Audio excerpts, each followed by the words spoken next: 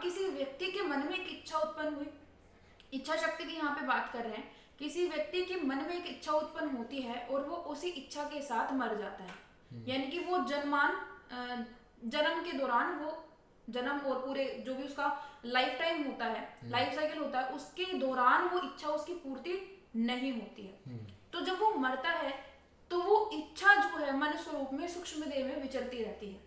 और एक इच्छा का कितना प्रभाव हो सकता है दूसरे के शरीर पे, वो आपको जब दिखता है जब ये नकारात्मक ऊर्जाएं सामने वाले के शरीर पे हावी हो जाती हैं। ठीक है, जैसे अभी जब हम द्वेष कर रहे हैं, जब हम कोई भी प्रकार की नेगेटिव चीज सोच रहे हैं किसी के बारे में, तो हमारा मन, जो हमारा शुद्ध भाव है जो मन का, वो कमजोर होता चला जाएगा।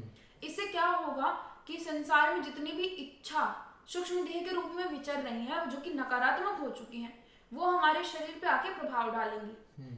और कहीं ना कहीं जब हम किसी के साथ बैठते हैं, कुछ बातें सुनते हैं, तो कहीं ना कहीं हमारी थिंकिंग भी वैसे ही बनती चली जाती है।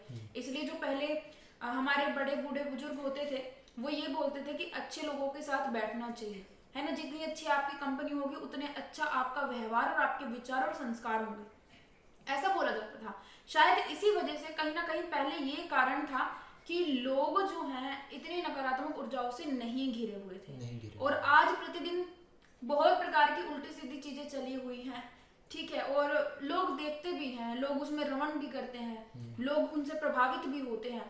तो कहीं ना कहीं एक नई इच्छा बनती है, फिर जब वो इच्छा पूर्ण नहीं होती है, चाहे वो पैसे कमाने की इच्छा हो, चाहे किसी से प्रेम अधूरा रह गया हो, जब वो इच्छा पूर्ण नहीं होती है, तब मरने के बाद, उनके मरने के बाद ही सारी चीजें होती है।